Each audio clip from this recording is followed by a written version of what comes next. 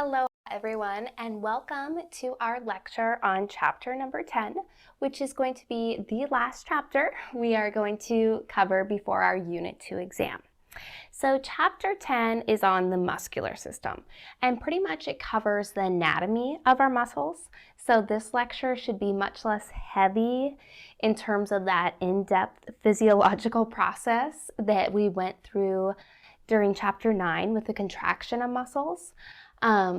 Today we are going to find out that muscles are named for specifically their shape, their size, or where they're located. And even though, for example, we always say our calf muscles, right? Now you're going to learn that there's actually a name for that muscle, the gastrocnemius muscle, kind of a fun word to say. And we don't just call it, when we talk about our arm, we don't just say our biceps. We call it our biceps brachii, because we have a biceps femoris in our leg. And so we're going to learn that today. And we call them by their full name because we wouldn't want to get them confused. I know a lot of times I myself, many others will just say biceps, but when we're talking anatomically, we're supposed to say the whole word so that we don't get them confused. So this lecture is kind of going to be taking some stuff that you already know, maybe giving you some more formal anatomical terminology for those things, and kind of giving you the scientific background on it.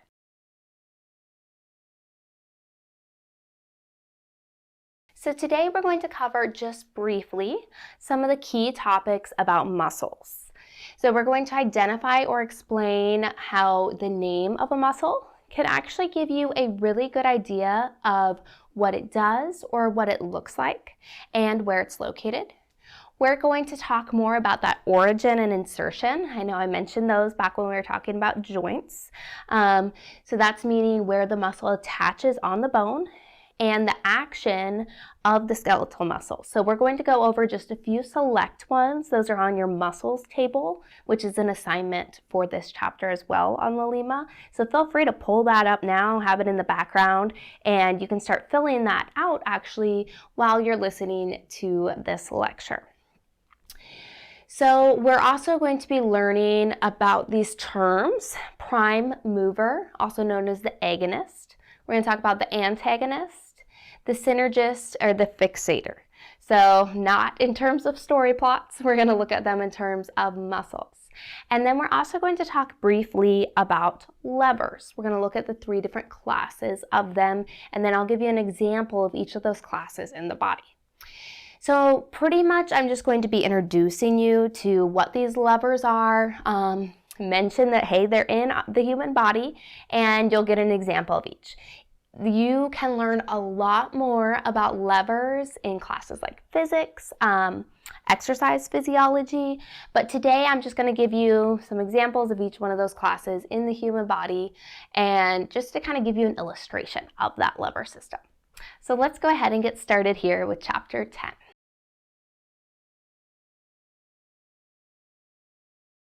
So when we look at action, muscle actions and interactions, muscle tissue, like we just finished discussing in chapter 9, consists of contractile tissue, right? So all muscle, the skeletal muscle that we focused on in chapter 9, as well as cardiac muscle and smooth muscle, they're all going to contract, right?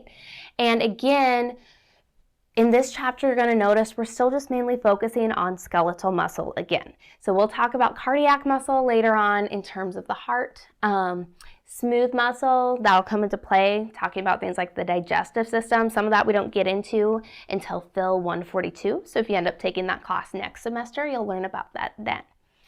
But when we talk about how muscles interact to bring about movement, the criteria for naming muscles and the basic principles of the lever system, we're going to be talking all about that today, and we're going to be talking about it in regards to skeletal muscle. So that's kind of what this slide is just kind of mentioning to you.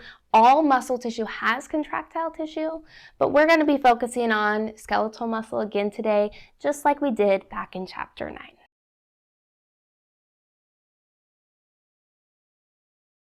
So muscles can only pull, right? Muscles are never going to push.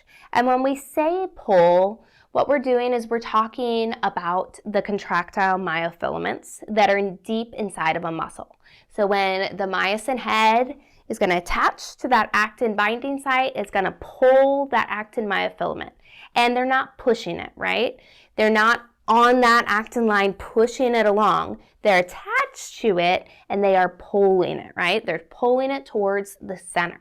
So that's what we mean by muscles are going to push, they do not pull.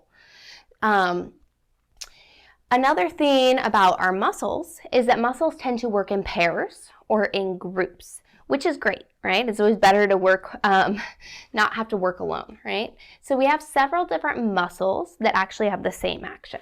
So say we were to go and flex our elbow, right? Most of you guys are like, hey, you flex your elbow, big deal. That's the biceps brachii. Like, we know that already. But we actually have several other muscles in our arm that are working in conjunction with the biceps brachii to produce that movement. So muscles are going to work in groups, and usually when we have one muscle group doing one thing, what we have is that another muscle group does the exact opposite. So we have one muscle group that can flex my elbow, and an opposite muscle group that can extend my elbow. So those two groups are working in opposition of each other. They're doing opposite things. And when we look at the functional groups, and what I mean by that is how the muscles are working together, we have different functional groups, just like you see listed here. There's three main ones. So the first one I'm going to talk about are your prime movers. They are also known as agonists.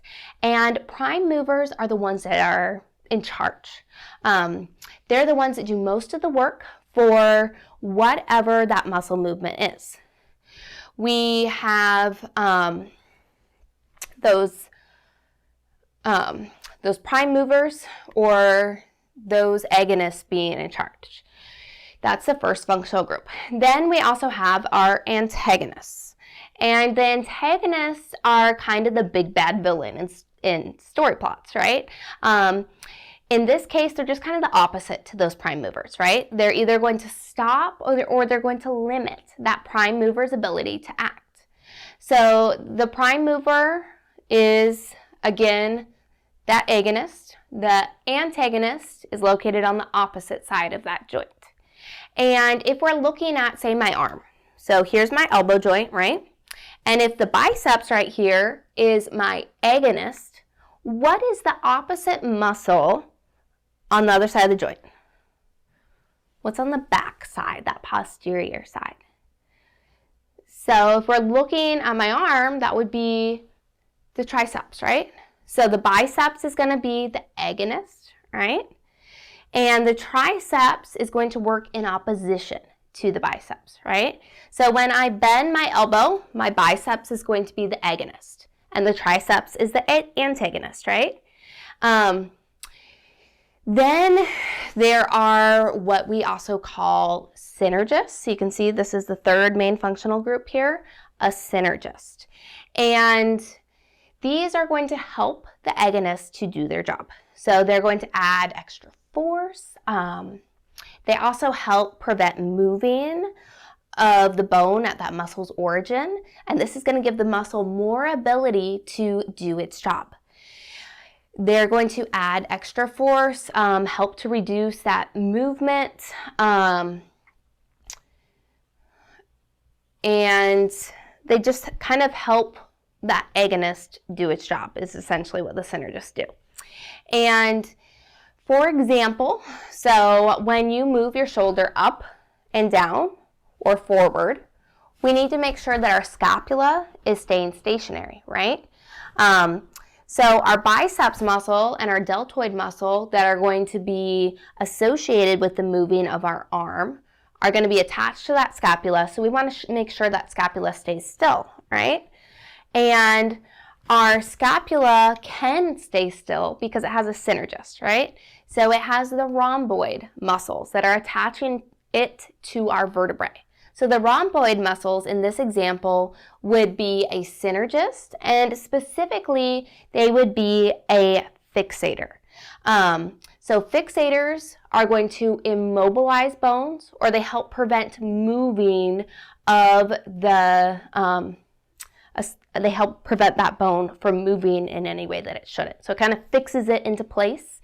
It helps to stabilize it. So in that example, the rhomboid muscles, they're going to be a fixator because they are going to help by attaching the scapula to our vertebrae. So all of the muscles are going to do things together, right? They're working in groups to make our body move very efficiently. So what one muscle group does, another undoes. In other words, it's kind of the opposite motion, just like our biceps and our triceps. And then we have those three functional groups, our prime movers or agonists, the antagonists, and the synergists. And the fixators are a specific type of synergist. Again, an example being the rhomboid.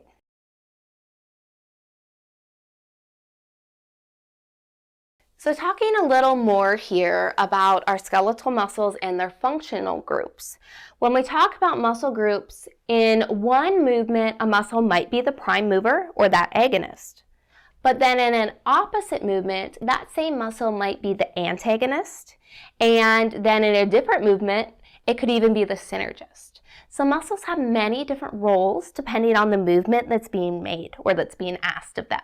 So for example, if I take my elbow and I go to flex it, right? Our biceps brachii right here, that's the prime mover or the agonist in elbow flexion.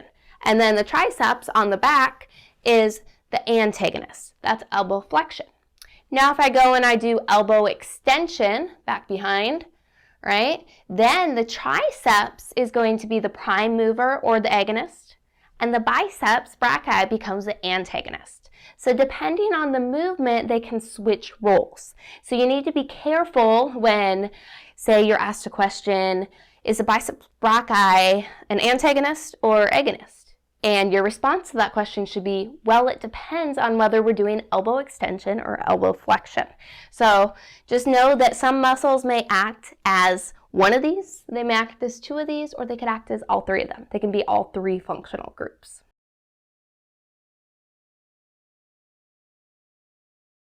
Okay, so this slide is kind of a continuation, only in picture form, of a little bit of what we were talking about on the previous slide. So the action of a muscle is going to depend on what and where the muscles are attached. So say we continue talking about our biceps brachii muscle, just because it's an easy one. Most of us have probably done a biceps curl and a triceps extension before, right? So, and when we look at the biceps brachii muscle, we're going to have the origin. So up here, remember, there's two origins to the biceps muscle. Part of the reason why you have bi meaning two, so it has two heads to it. And they're going to be the fixed ends. Remember, origin is the more immovable bone, right? So the two origins are both on the scapula. One is going to be on the coracoid process, and one is on the supraglenoid tubercle. So these two heads right up here, that's the origin, right? That's the origin of our biceps brachii. Then if you move down, you can see right here, this is the belly of the biceps brachii. And the muscle belly is really just a big, thick middle region of the muscle. It's going to be located in between the origin that we just talked about and the insertion down here. So the insertion, you can see it's noted right here, is going to be down on the radial tuberosity of the radius. And remember, the insertion is the more mobile end. It's the movable bone, right? So when a muscle spans a joint like this, the origin is going to tend to be more proximal to the insertion. So in other words, the origin is generally going to be more proximal, whereas your insertion is going to be more distal, which is exactly what we see here, right? We see that this origin is closer up here. This is more distal down here, this insertion. So just kind of something to note here. I don't think it's actually noted in words, so make sure you write that down. The origin is more proximal. The insertion is more in the distal end. So really in this picture is everything that we've been talking about. The joint that we're investigating here is this elbow joint, right?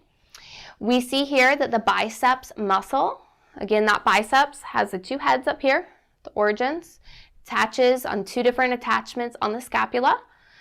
Opposite, and then we see the triceps back here that's actually opposite of that biceps, right? And remember that biceps has two heads. Your triceps, tri means three, so it's going to have three origins, right?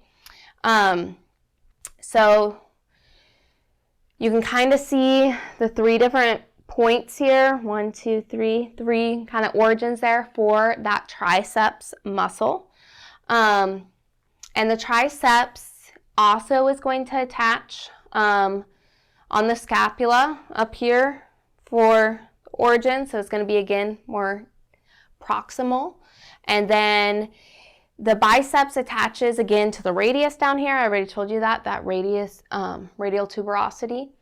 And then we see that the triceps attaches down to the ulna. So right down here is the insertion of the triceps. Again, notice how this insertion for the triceps, just like the insertion for the biceps, is going to be more distal, whereas your origins were more proximal. So just make sure you keep that straight. That's an important thing to know.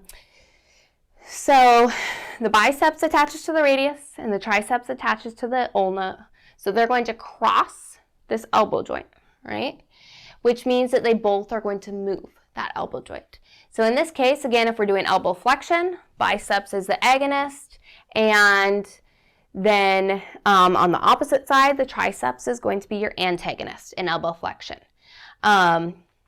So the opposite is going to be true for elbow extension, right? So elbow extension, think tricep extension going back, right?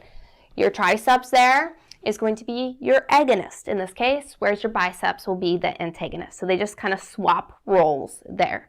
So I know it's a lot about biceps and triceps, right? We have a lot more muscles than that. That's just kind of one, it's easy for me to show you. And then secondly, most of us, like I said, you've done a biceps curl before. If you're like me, you've definitely tried to do multiple of those tricep extensions to get rid of the back of your arm jiggliness that never seems to go away, no matter how many triceps extensions that you actually do.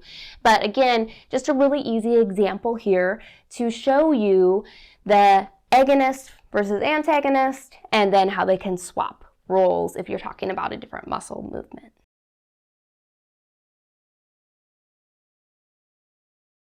So something that's really cool that we're going to talk about on the next few slides is that we can actually infer or kind of assume what the action of a muscle will be based on the position of that muscle relative to the joint that it crosses.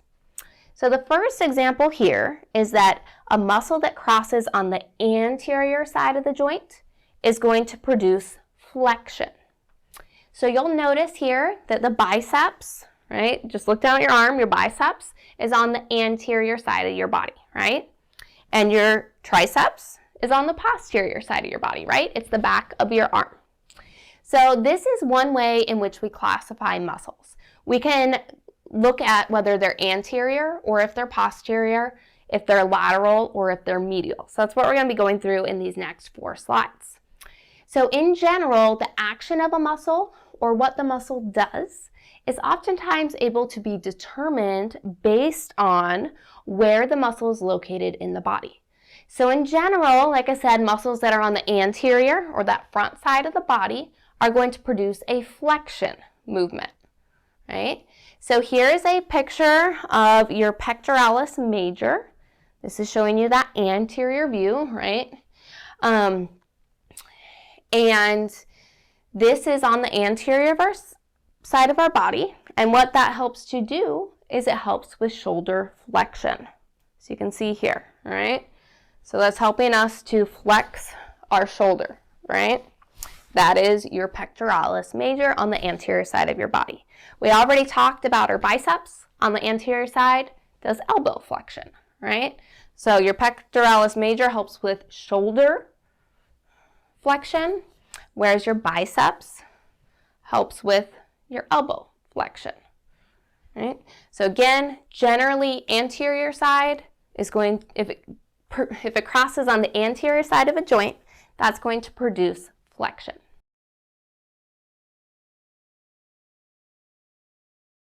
Now, muscles that are on the posterior side of the body tend to produce extension.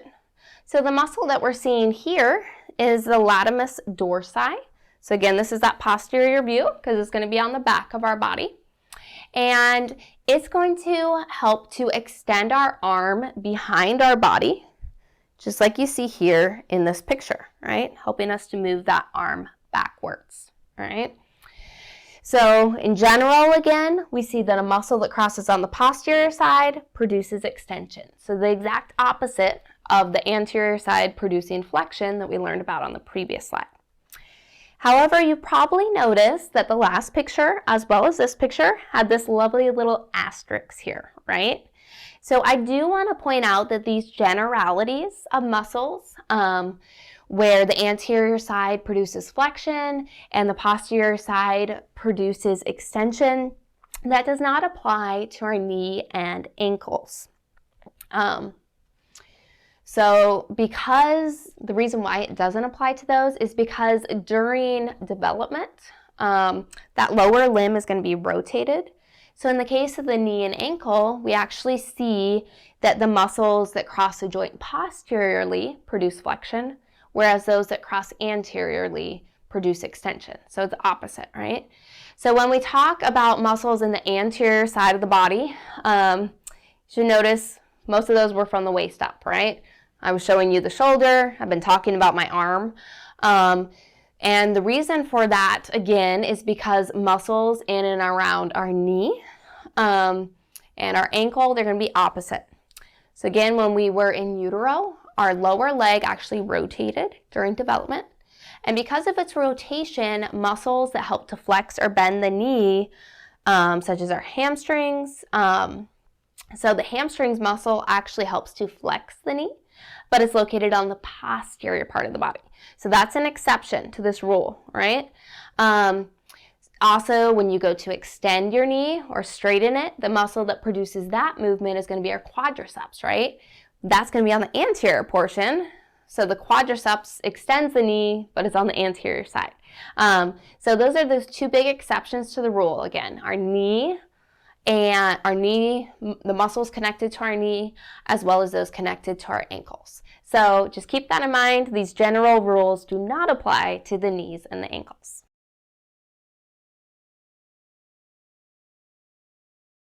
Okay, so we've talked about the general rules in terms of the anterior and posterior crossing on a joint. Now we're going to talk about lateral and medial. So when we have muscles that are on the lateral side of the body, so a muscle that crosses on that lateral side of a joint is going to produce abduction. So in this image, what you're seeing is the deltoid, right? It's crossing that shoulder joint on the lateral side, right? Lateral side of your shoulder. And this is going to allow us to do abduction, which if you remember back when we were talking about joints, abduction is where you're going away from the midline, right? So the deltoid middle fibers are going to attach to the humerus, and they originate right in the middle from your scapula. So that's that origin up there.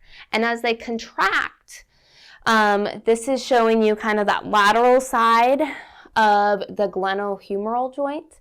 And as the muscles shorten and that muscle contracts, your arm is going to be brought away from the body. And that is abduction. I have heard a few people say this as abduction, and I'm not sure if they're just doing that to clarify it from adduction, but I've always been taught to pronounce it as abduction. But if you're watching a video or something and you hear something called abduction, then it's referring to the same thing, abduction. So abduction, moving away from that midline.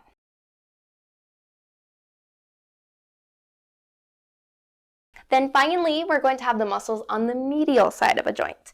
And those are going to produce that opposite movement. They're going to produce adduction. So these muscles are going to be a lot harder to touch or palpate because they tend to be kind of on that interior side of your body. So one example here is the teres major, shown here in red. And it is kind of medial and deep in your body. So muscles that are on the medial side of a joint, they are going to produce adduction. And adduction, remember, is when you're bringing something back towards the midline of your body. So say you're out here, you just did your abduction, adduction is bringing it back, right? So adduction is going back towards your midline of your body. So now we've talked about those kind of general rules. If a muscle crosses a joint on the anterior side, crosses on the posterior side, on the lateral side, and on the medial side of a joint. So again, it's kind of just a quick and easy way. Say you're shown a picture like this, and the question is, what type of movement is this bringing about? Instead of having to memorize, like you should memorize the muscles on that muscle table, but say it's one that's not in there, and you're like, oh man, we didn't even have to know this one back in Phyl 141. How am I supposed to know this for the MCAT or whatever it may be? You can use these general rules to kind of help you, just keeping in mind the knee and the ankle kind of defy the rules in terms of anterior and posterior for those muscles.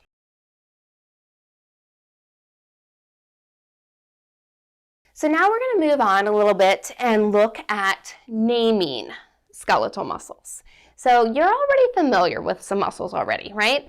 Most of you have probably worked out at some point in your life and done, like I said, biceps curls, tricep extensions, lat pull downs, basic movements. Even I think everybody's heard of at least calf muscle before. You probably haven't called it a gastrocnemius muscle, but we're familiar with different muscle names, right? At least the layman term for that.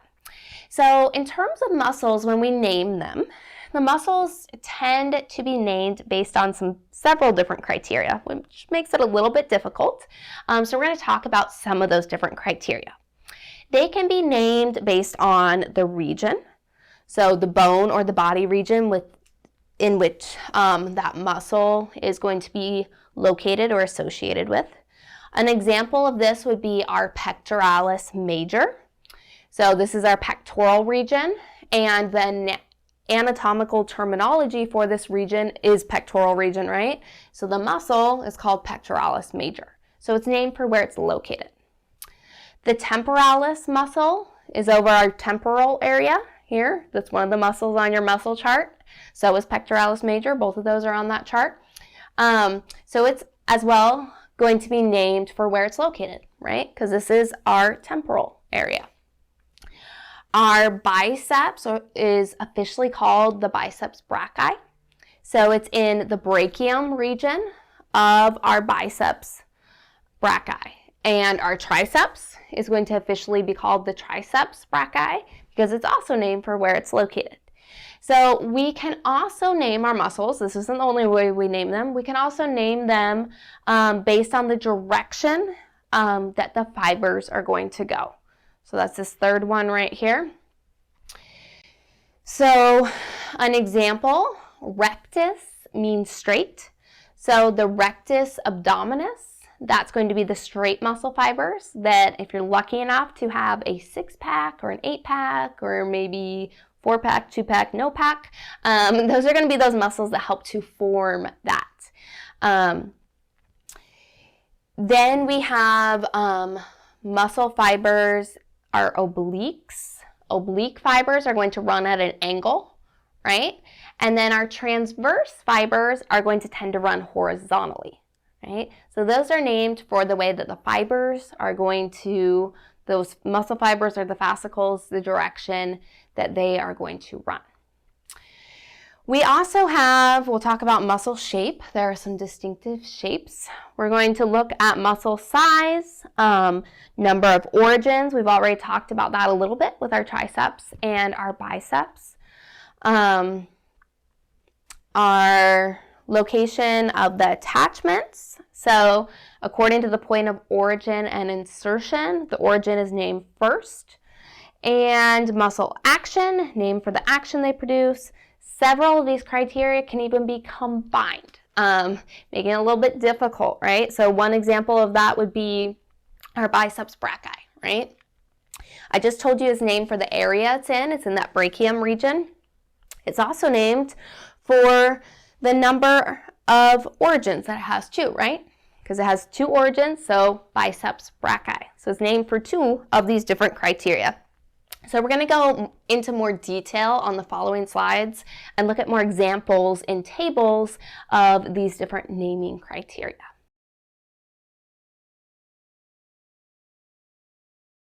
So like I said, we're going to look in the following slides at some of these different criteria.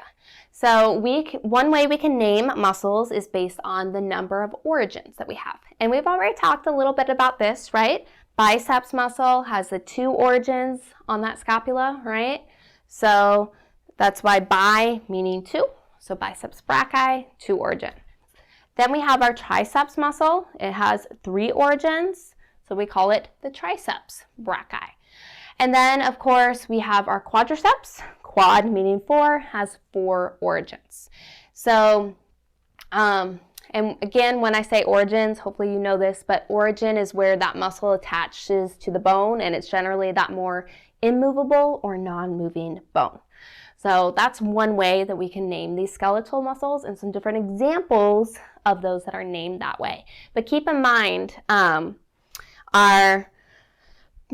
all of these also are named a little bit based on location, right? So brachii, talking about that brachium region, and in terms of the femoris, talking about that femoral region. So these are named using two different criteria, so it gets a little confusing in that regard, but in another way, you can use that to your advantage, right? And it gives you a better idea of what that name is if you remember, hey, I know that the biceps is named based on the origin and its location. So it's got to be the biceps brachii. So again, use those to your advantage. Keep it in mind that sometimes it's more than one criteria used to name a muscle.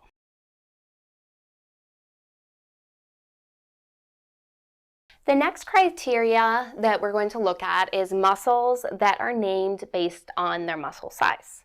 So for example, the gluteus maximus is the largest gluteus muscle. So maximus is the largest muscle in a group, and there's a gluteus medius and a gluteus minimus too. So they're all going to be in the same region. One of those is really big, that's your gluteus maximus. One of them's in between, that's your gluteus medius, and then the smallest is your gluteus minimus. So again, they're going to be named based on their size. In general, if you have a muscle that has a maximus, you're probably going to have one in that same area that also has a minimus in its name. If you have a muscle that has longus, so longus means that it's a long muscle, you're also probably going to have a similar muscle in that group that ends in brevis. So brevis would be a short muscle, so long and short. The example there is your adductor longus, adductor brevis. So again, they're both adductors. One is long, one is short. Latimus means the widest muscle. So latimus dorsi literally means wide back. And for those of you that have lifted or you're into bodybuilding, you've ever done lat pull downs, say that you've done a bodybuilding competition, you know that judges are looking for that lat spread, that nice wide back, right? So if that helps you remember that latimus means wide. Longimus,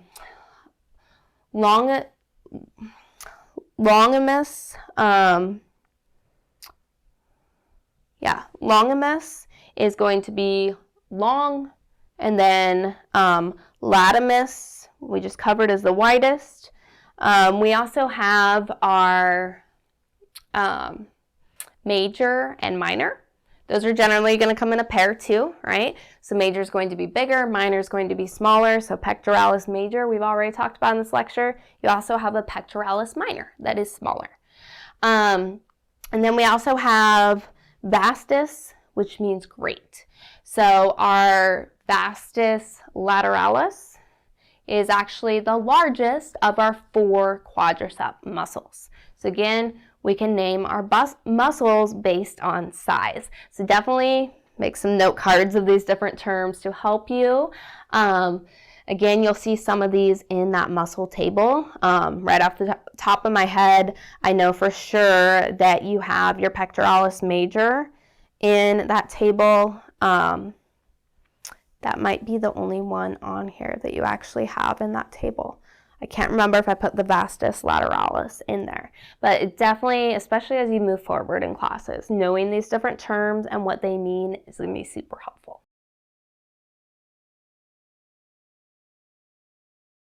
Next, we're going to look at how muscles can be named based on their relative shape.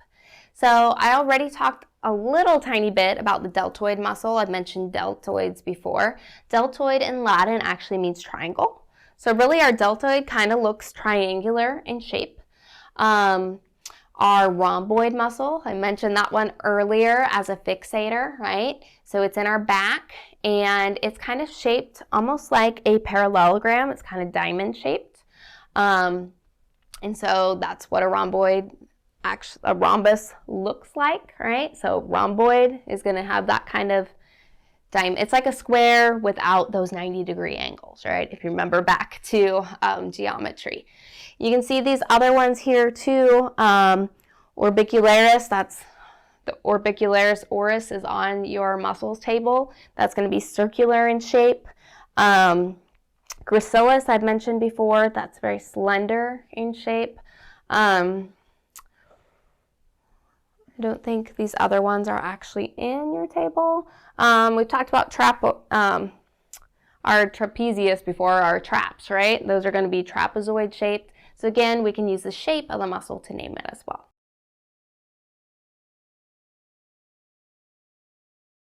Okay, so last table, I promise. Finally, we can also name skeletal muscles based off of the action, or in other words, what they do.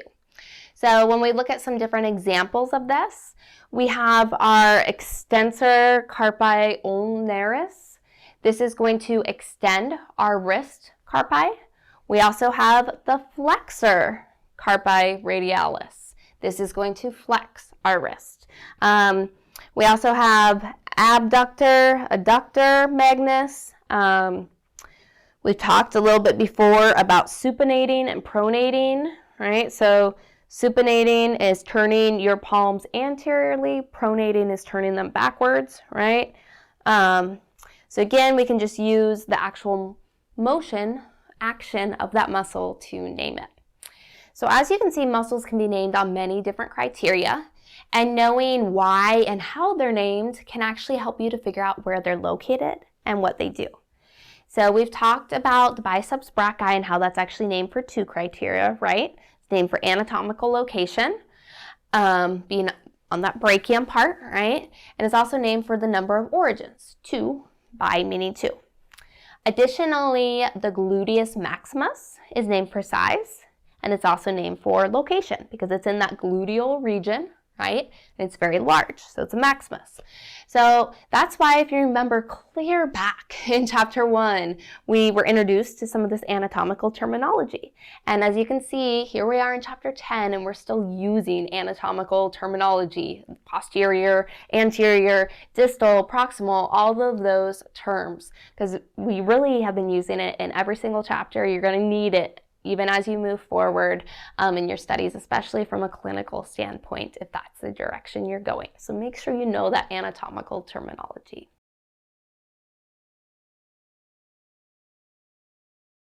So as a reminder, kind of from chapter 9, a contracting muscle is going to shorten to about 70% of its length, right?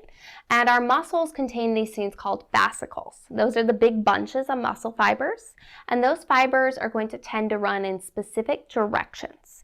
And the direction that those fibers run is really what can give the muscle either its shape or its abilities. The most common pattern of arrangements they're shown here on this slide. They're going to be circular, convergent, parallel, and pennate, which you see over here, as well as fusiform is another really common one.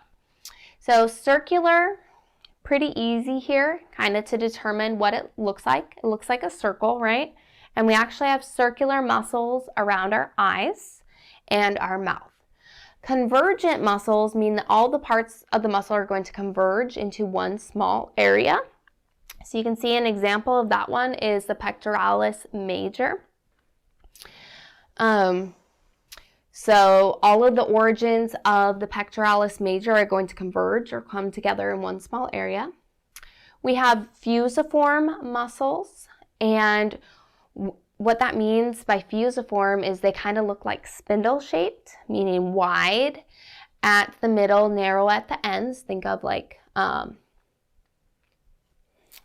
that spindle kind of looks like. Same thing here, you can see wider in the middle, narrow at the ends. That's the fusiform shape. And an example of this one would be your biceps brachii, right, which we've been talking about a lot this lecture. Parallel muscles are going to be those that have fibers parallel to the bone. And a good example of a parallel muscle is our sartorius. So that sartorius is, fun fact, actually the longest muscle in your body. So it spans clear up from your hip joint down to your knee joint. You can see it in this picture too. Starts up here in your hip, goes all the way down to your knee. Largest muscle in our body, and you can see how it's running. The fibers here kind of run parallel, right? They're going parallel to the bone. Then we have what's termed our pennate muscles. And in this figure, you can see there's unipennate, bipennate, and multipennate. And when you look at the muscle fibers, it kind of looks like a feather around a central point, right? So think of a feather, it has kind of that middle part, feather coming out this way, coming out that way, right? So when you look at a unipennate muscle, you just see kind of the feathers going off to one side. Bipennate, it actually looks like one whole feather, right? Both sides are there. And then when you look at the multipennate muscle, it looks like multiple feathers together, right? And those feathers, they're not actually feathers, right? They're just the fascicles for the muscle fibers. So keep in mind, we're not talking about the overall shape of the muscle, right? It's not that this whole shape is circular. Even though it does look circular in the picture, it's not about the shape of the muscle, but rather the direction of the fibers or the fascicles that make up that muscle. That's what we're talking here about, the patterns of that fascicle arrangement.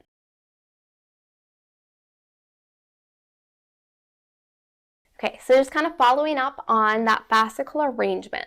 The arrangement of fascicles gives us a sense of what that muscle's action can be and how much force it can produce. So if we have a muscle with really long muscle fibers, it has a large range of motion, right? But they're so long that they might not be able to produce enough force. So force or power is going to produce when we have lots and lots of muscle fibers, right?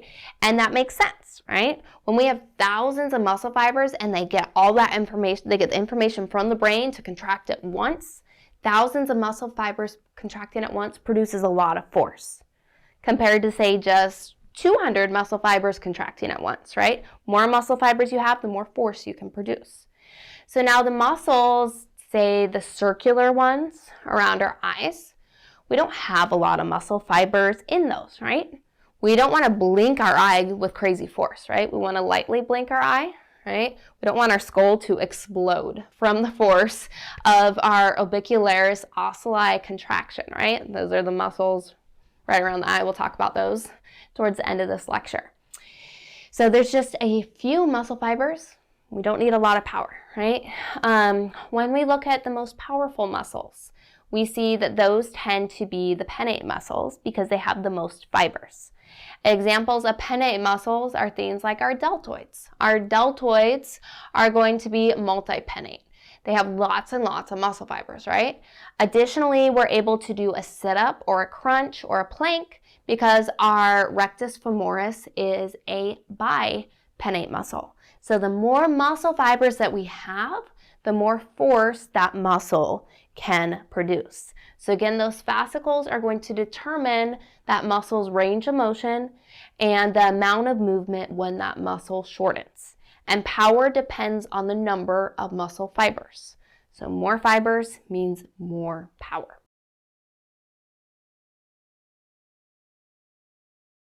So now we're going to move on from naming those skeletal muscles and looking at the arrangement of those fascicles within muscles. We're going to move on to our next big topic here, and that is the lever system. So we're going to look at lever systems and leverage.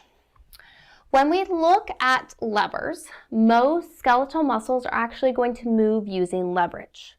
When we talk about the lever, we're saying that in the human body, this rigid bar of the lever system is the bone, right? That bar region is going to be your bone, and that bone moves around a fixed point or a fulcrum. And when we think about the human body, where do we see movement and fixed movement? Fixed movement occurs around a joint region, right? Like our elbow or our shoulder, right? We see movement around a fixed point, that's going to be our joints. So that fulcrum region is going to be the joint, that rigid bar is going to be our bone. So we're producing that movement at our joints. So for the components of the lever system, there's the lever. There's also the effort in the human body, and that effort is what we call the force, and that force is what's actually being produced by our muscles. So when our muscle produces force, that force is going to be applied to the lever system and we move something. Whether it's just moving our regular body, maybe we're moving a pencil, right? Or maybe we're moving a cup to our mouth to take a drink.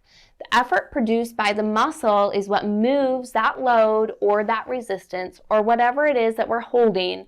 And then finally in the lever system, we're going to have the load, right? And the load is the resistance. So that includes the weight of our bones, includes the weight of our tissues, and anything else that we're adding to it. So all lever systems are going to have the lever, right here. They're going to have the fulcrum. They're going to have the effort. And they're going to have the load. Depending on the type of lever system, those components are going to be in a different order, and we'll see that when we look at the 3 different classes of lever. But again, when we look in the body, the fulcrum is going to be your joint, right? That rigid lever is our bone. The effort is the force that's supplied by our muscle contraction.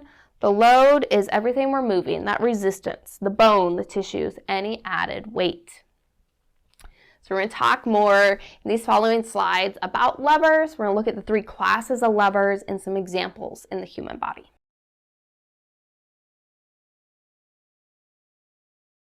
And really, if you think about it, a lever is a type of machine, right? So levers are going to allow for 2 things. They're either going to increase power with little effort or have increased speed with little effort. So either increase power or we're increasing speed. When we look at how levers work, they're either going to have a mechanical advantage or a mechanical disadvantage. And we look at mechanical advantage as being able to move or produce a lot of power with a little bit of effort. So that's a mechanical advantage, and that's considered the power lever. That means a small effort can move a very large load in a mechanical advantage. In a power lever, the load is going to be close to the fulcrum and the effort is far from the fulcrum. There's also, as you see down here, mechanical disadvantage, and that's a speed lever. In this case, we can move a load really fast over a wide range of motion, but it's just not very powerful. An example of this would be when baseball players, you tell them to choke up on the bat, right, by moving their hands higher on the bat. So this is changing the location of the effort, and the player is now going to be the player's going to be producing, their effort's going to be different compared to where that fulcrum is, right? So the load, what it's doing is it's allowing them to swing faster. It's giving them speed, right? They're moving up on that, allows them to go much faster than if they were down here. That would be a slower range of motion. So they've now created a speed lever, and that was simply just by moving their hands, choking up on that bat. So it's a mechanical disadvantage, but in the human body, we often need that disadvantage, right? We need to move faster sometimes, just not stronger. So sometimes, especially in sports, we're going to see that a mechanical disadvantage is actually good because it gives us more speed. So again, just as a reminder, mechanical advantage is a power lever, gives us more power. Mechanical disadvantage is a speed lever, gives us more speed. In a way, I don't like that these are termed mechanical advantage, mechanical disadvantage, because a lot of students will get a misconception about this. They'll think mechanical disadvantage is bad, we never want that. And that's not the case. Sometimes, like I said, we want speed. That baseball example is a perfect example. I've heard so many coaches say to choke up on that bat, right? You're giving yourself more speed. Speed is a good thing, especially in sports, right? But sometimes we don't need speed. Sometimes we just need power. That's when we need the mechanical advantage.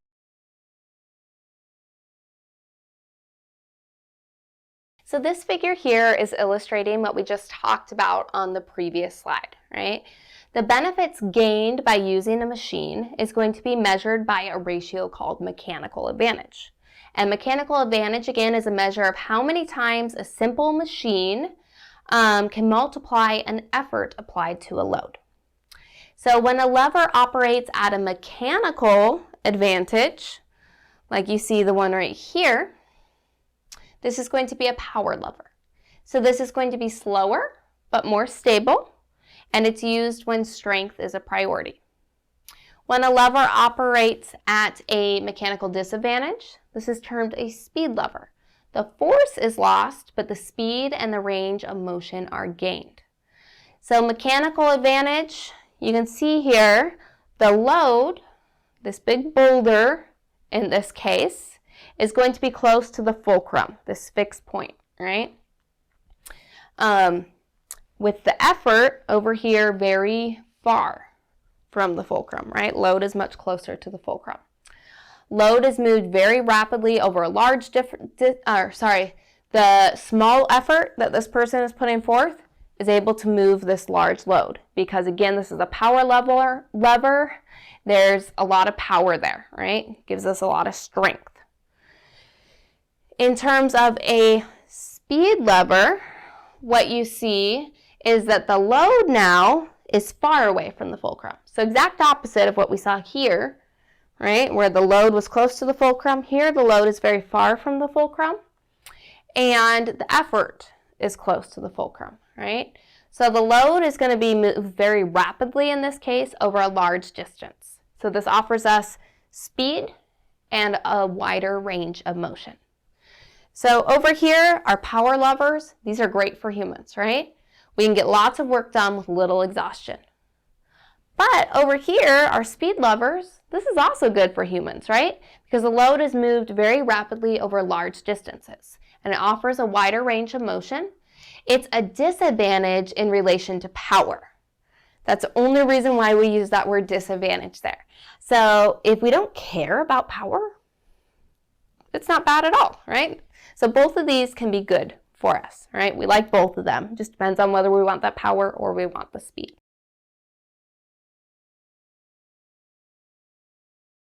So as I've alluded to, there are actually 3 different classes of levers, and they are going to be identified as first, second, and third class levers. And we can tell the different levers apart by, first of all, the force that is being applied or the effort being made. Secondly, the opposing force such as weight, which is usually called the load. And then thirdly, where that pivot point or the fulcrum of action is in regards to the force and the load. So each of these 3 types of levers, we have a first class lever, second class lever, and third class lever. Each of them can be found in the human body. In each type of lever, I want you to make sure that you're noticing where the fulcrum is located compared to the effort and the load. So in your body, the effort is going to be the force that your muscles apply to the lever, and the load is the weight that resists the pull of your muscles. So first and second class levers we're going to see have a significant mechanical advantage. They give us great power. Third class levers are going to increase distance and speed, but they can't increase force. So they're going to be at a mechanical disadvantage. So we're going to go through each of these classes of levers in the following slides and then look at least one example of where each is located in the human body.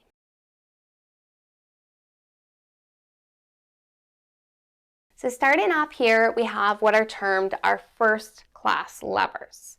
And a common day object that we use that is an example of a first class lever is going to be a pair of scissors.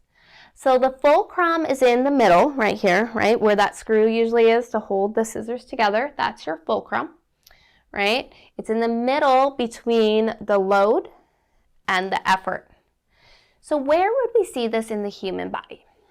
To be honest, it's not very common in the human body, but an example of a first class lever that we see in the human body is your atlanto-occipital joint. And that is a joint right here. It's between, trying to think of how to word this. It's between your atlas and your vertebra. Remember your atlas? We talked about the different cervical vertebra, right? So it's between your atlas vertebra and your occipital bone in your brain, right? So right in here, this joint right there. What we see in this atlanto-occipital joint is exactly what we saw with the scissors. So the fulcrum is still between the load and the effort, right? The fulcrum's right here. The load is going to be the weight of our face, right? The weight of our face is very heavy, right? We have a lot of facial bones of our skull, right? We talked about how they're very airy. They have a lot of holes in them to help make them weigh less, but it's still a lot of bone. It's some weight, right? And then the effort is our muscles, right? And then that fulcrum, again, is going to be the atlanto-occipital joint right in here. I don't know if you can see where that triangle is pointing to right here. So again, that fulcrum is between our load and our effort. That's how we know this is a first class lever, right? And again, this is going to be operating with a mechanical advantage, right? Because even though those bones are airy and light, it's still pretty good load. We need some power to be able to move our facial region along that joint, right? So that is a first class lever.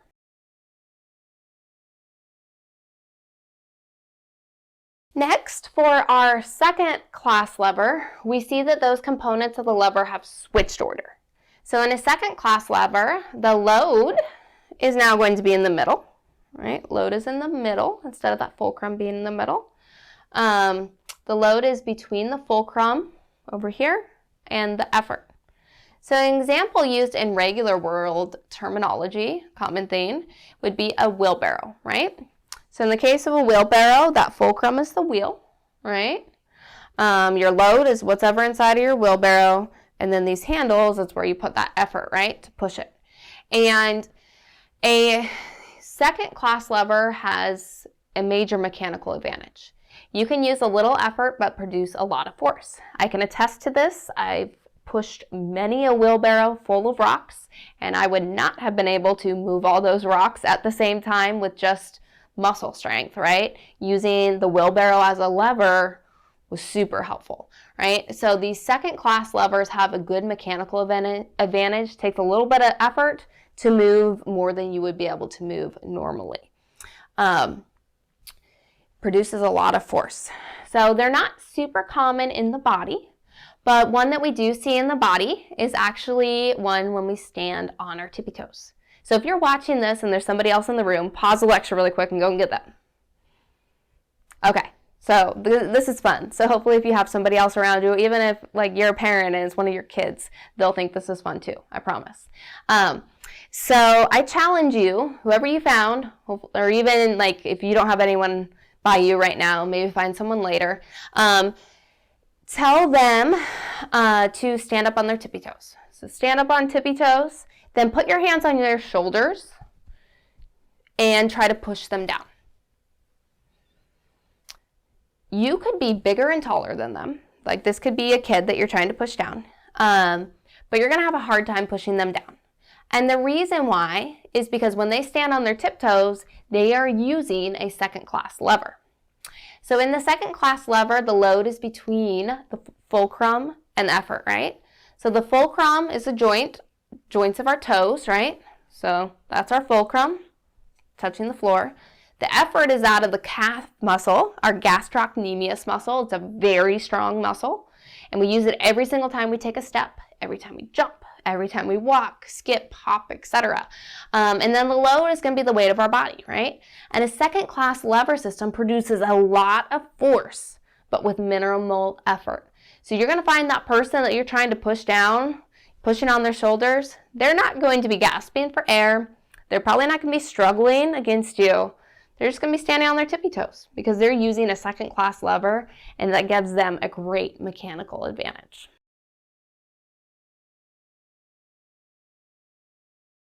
The last class of lever that we have is our third-class lever. And we see again that these components have changed, right? So the effort is now in the middle. The effort is in between the load and the fulcrum. So third-class levers are going to have a mechanical disadvantage. And again, this means they have more speed, more range of motion, but not as much power. And actually, third-class levers are the most common lever in the human body. So our human body mostly has third-class levers. And our bodies, if you think about it, they're designed to permit range of motion, right? Not a lot of power. That's why over evolutionary time, we've created machines to do stuff for us, right? We have wheelbarrows. We have a jack to lift a car because we can't lift a car by ourselves. We needed a lever to do that for us, right? In general, the human body is designed to have a large range of motion, can have a lot of speed, not as much as some animals, but a good amount of speed, right? And just not have much power, right? So that's why we need those machines to do that for us. So in this example, what you're seeing is the biceps brachii. We've talked about it a lot this lecture, right? So your fulcrum is your elbow joint, right? And the effort is a contraction of the biceps brachii muscle. And then the load is going to be everything that you're moving, plus in this case, there's a dumbbell there. So that's extra added to that load. So this is an example of a third-class lever. Again, we have a lot of those in our bodies. So in general, levers that have a mechanical disadvantage, they're considered speed levers again, right? Because they produce a wide range of motion and speed, but they don't have a lot of force. And again, the majority of the levers in the human body are going to be at a mechanical disadvantage. They are third-class levers.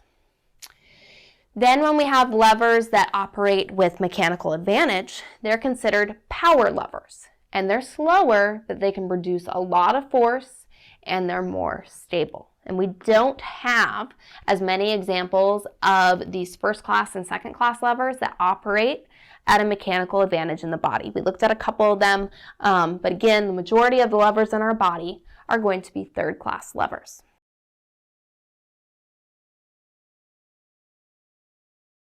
Okay, so now we are to the kind of last chunk of material that we need to cover for Chapter 10. So now that we've talked about how muscles are named, how we classify them, how they move, depending on where they're located, we're going to look at some of the major skeletal muscles. So there's hundreds of muscles in the human body, and I'm not going to make you memorize all 600 of them or even 100 of them. I want you to really be able to apply this to your life. So I want you to know the muscles that you're actually most familiar with. And those are going to be the muscles that we use every day, right? That you use in your everyday activities. So those are the muscles that I actually picked for that muscle table assignment that you need to complete. And you will be responsible for knowing all those muscles on that table for exam 2. So that is 3 pages in total, and you saw that multiple portions of that table are filled in for you, and then you just have to fill in the other parts. If you haven't brought that up to look at yet, I highly encourage you to bring it up now, and you can be filling that in, kind of working on it, getting familiar with those as we finish this lecture.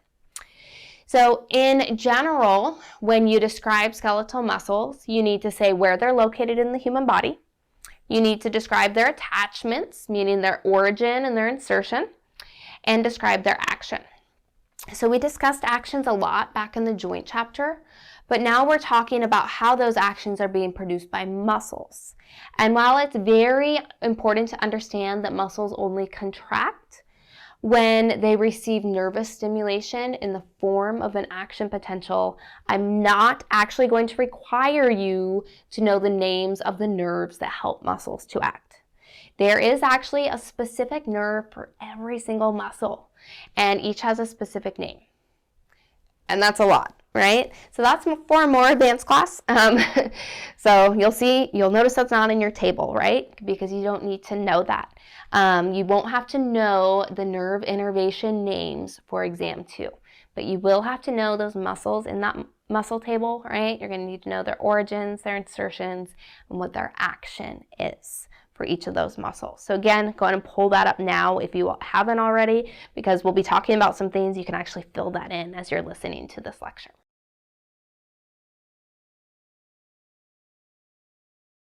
Some tips to kind of help you to learn those muscles, especially for those of you that are in lab. So you're going to have to start to do some memorization, right? You've probably already been doing memorization. Let's be real about that. There's a lot to learn in this class. It's very content heavy. So for lab, you're going to have to review the practice anatomy on Pearson and make use of the resources there. Same thing in lecture. Review that. Use the study tools. I've told you that there are quizzes for each chapter on Pearson already made for you. They'll tell you whether your answers are right or wrong. You can't beat that. It's like having a study group without actually having to make a study group. Pearson is an amazing tool that, again, you're paying for, so please make sure you're using it. Also, something that I always tell students is to actually use your bodies to help you remember muscle names, right? So, for example, if you say out loud, biceps brachii allows elbow flexion, biceps brachii, if as you're talking about it, you do that motion, you feel it with your hand, you're like, okay, that kind of makes sense to me. It tends to stick in your brain a little bit more if while you're saying the name, you're actually demonstrating it, acting it out. At least it helps some people. Everybody learns differently, right? Also making sure to read descriptions in the table in the ebook. Also the ones I provide to you in that muscle chart. And importantly, remembering to relate the muscle location attachments to their actions. And then like I said, acting out those motions yourself. That's going to help you kind of remember it. Because you could be sitting there on the exam, reading a question, you're like, oh man, I don't remember exactly what the action of the pectoralis major is. And then you can be like, oh, well, when I do a pec fly, let me act that out, and it can help you. So just some kind of tips. Again, you're not learning 600 muscles. You're learning just on those 3 pages, much less than you'll need to learn in a more advanced course. But I just wanted to give you some to know, to learn that would be applicable to your daily lives. So that's what's on that muscle chart for you. You'll need to know those for exam 2.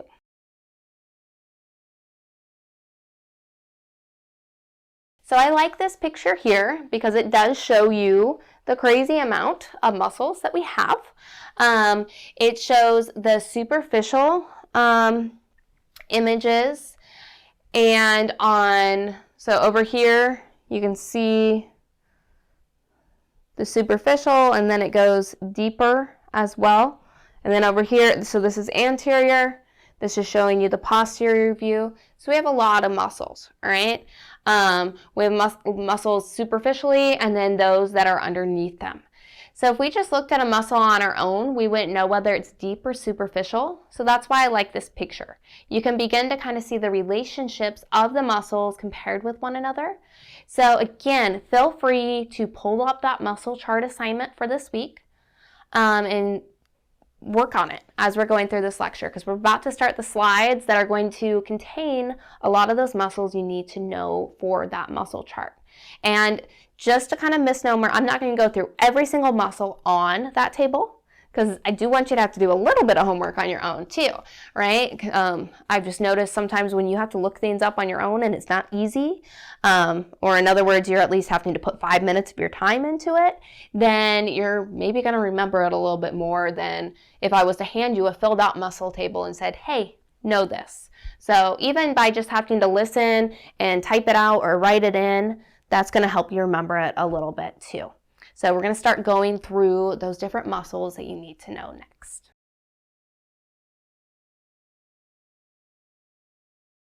So we're going to begin by looking, pretty much we're going to start at the top of the body and work our way down. So here you're seeing a lateral view of the muscles of our scalp, face, and neck. And there are actually 7 muscles in this image that are in your muscle table that you need to fill out and know for exam 2.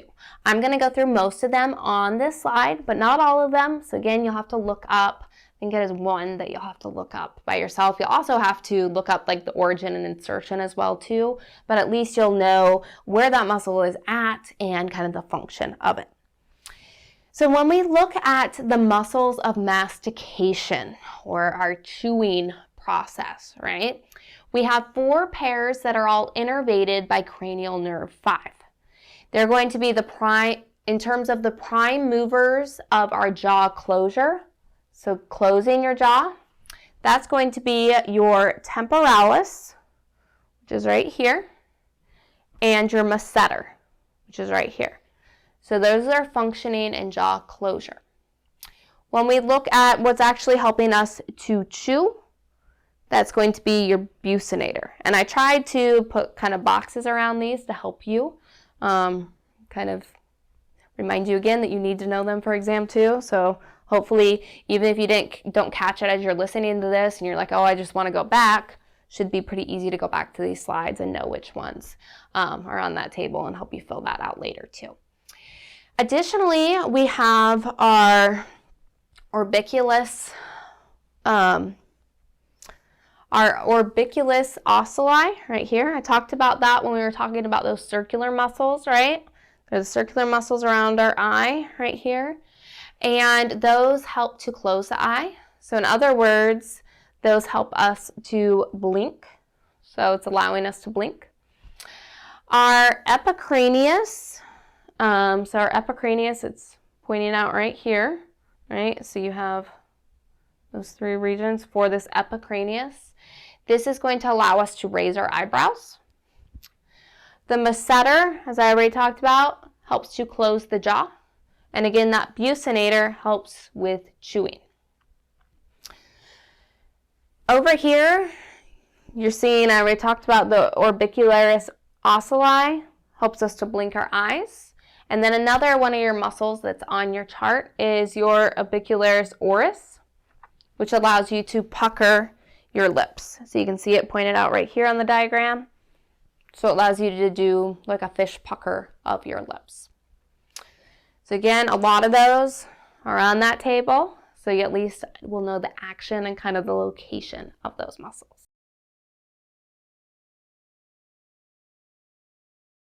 So next we're going to move down a little bit, and we're going to talk about the muscles of the neck and the vertebral column that are going to move the head and the trunk.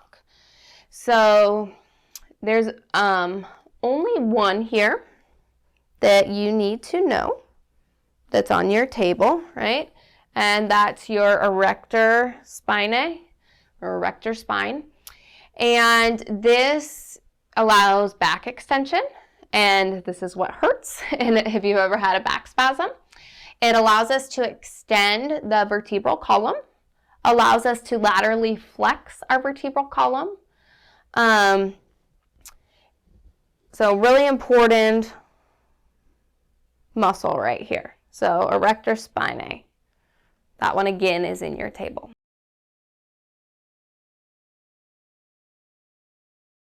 In terms of muscles of respiration, there's one that you need to know in your table, and that is your diaphragm, right? We've talked about the diaphragm before, really important muscle. This image over here at the right kind of shows you what our diaphragm does, because Every time we breathe, that diaphragm's working, and we like breathing, right? And we like staying alive. So for inhalation, your diaphragm's going to contract. And then when it contracts, it's going to move down, and that air is going to be drawn in, our ribs move out. Then when you go and you exhale, your ribs are going to move back in, diaphragm moves back up, it's relaxing, right? And we're going to force that air out. So diaphragm is really important for respiration. Another one, it's on that table, you need to know it for exam 2.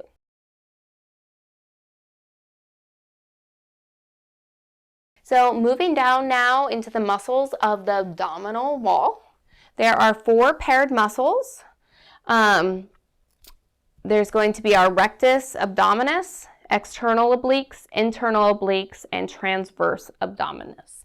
So remember we talked about these a little bit when we were talking about the way the muscle fibers are running or the way those fascicles run, right? So rectus means they're running straight. So the rectus abdominis, you can see that here, running straight. Your obliques, both external and internal, they're running sideways like that, right? So the oblique muscles. And then your transverse abdominis, you can see that here, they're running horizontally, those fibers. So that name is telling you which way those fibers are running.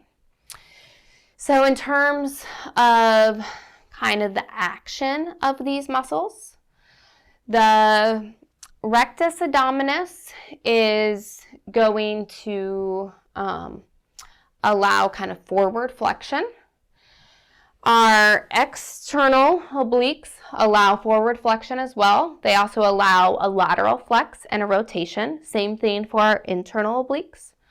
Our transverse abdominis is going to allow us to suck our belly button into the spine. So if you've ever done yoga, if you've ever done any, say you've had a baby postpartum, trying to reconnect your core, right?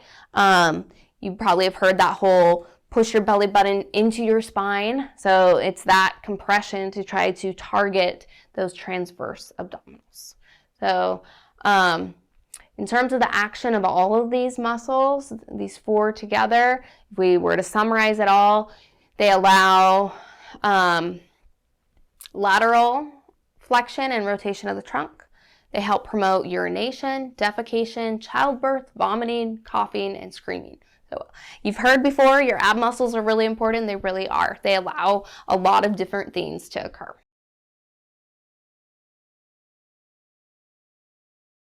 So now we're going to move on to the muscles that allow movements of our thigh and our leg. So we need to talk about the quadriceps, right? It has 4 individual components because quad means 4. And the quadriceps is going to include the vastus lateralis, which you see right here. We talked a little bit about it. The vastus medialis, the vastus intermedius, which you actually can't see in this picture. And then the 4th one is your rectus femoris, which we've talked a little bit about as well. And the rectus femoris is going to be the part of your quadricep that you're most familiar with actually seeing, right? You can see it's kind of this big one right here on top.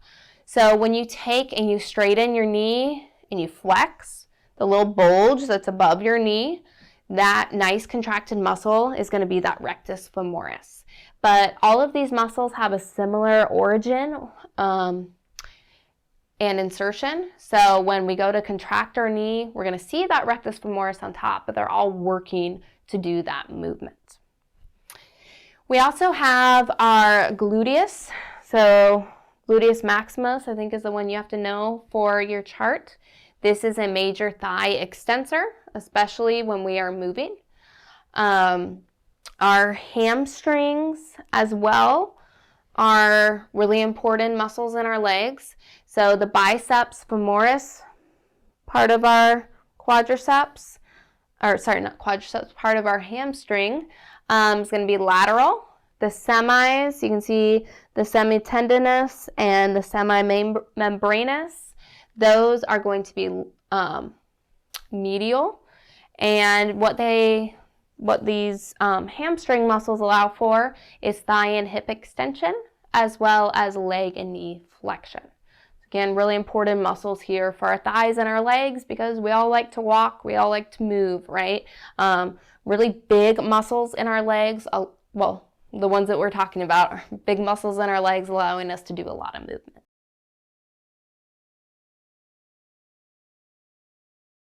Okay, so last slide with information, I promise.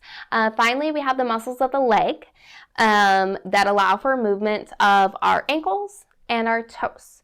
So the muscles of the anterior compartment, you can see the anterior side here.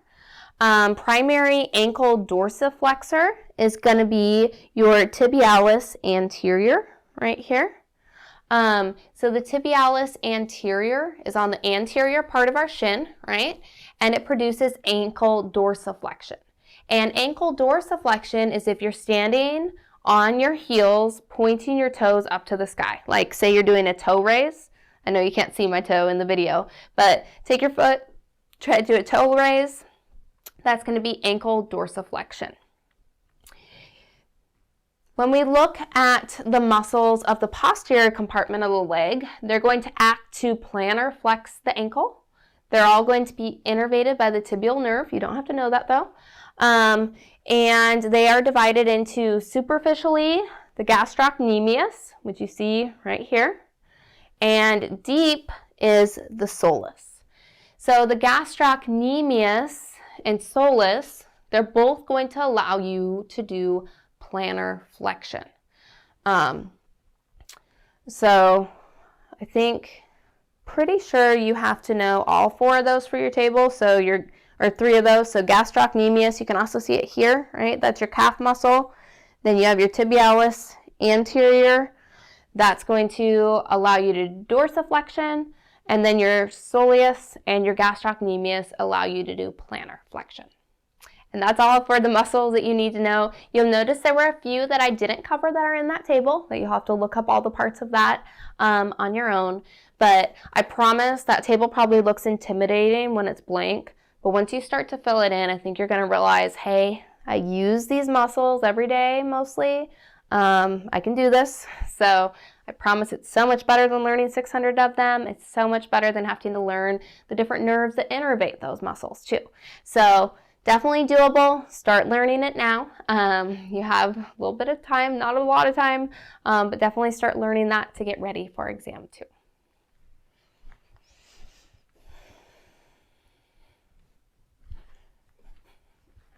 Okay, so just kind of a summary reminder slide. Make sure to complete that muscle table assignment, right?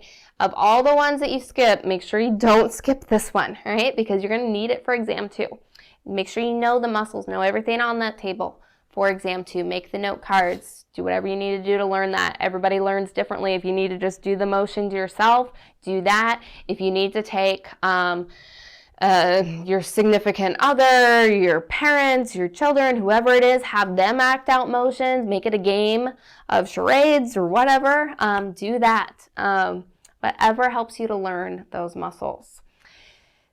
Also, exam 2 study guide, you'll probably remember I didn't put one up there for exam 1. It was just making sure you know those different learning outcomes and everything. For exam 2, we obviously cover a lot more in-depth stuff. Unit 1 was mostly review, like at least the first 3 chapters were pretty much review. Maybe chapter 4 you hadn't talked much about tissue before, but this time I'm guessing the majority of this material was new to you, and there's a lot of terminology, a lot of in-depth content. So I made an exam 2 study guide. It is on this week's lessons page, so make sure you're using that to start studying for exam 2. That is all. I will stop talking now. Make sure you work on that muscles chart. Thank you for watching. Mahalo.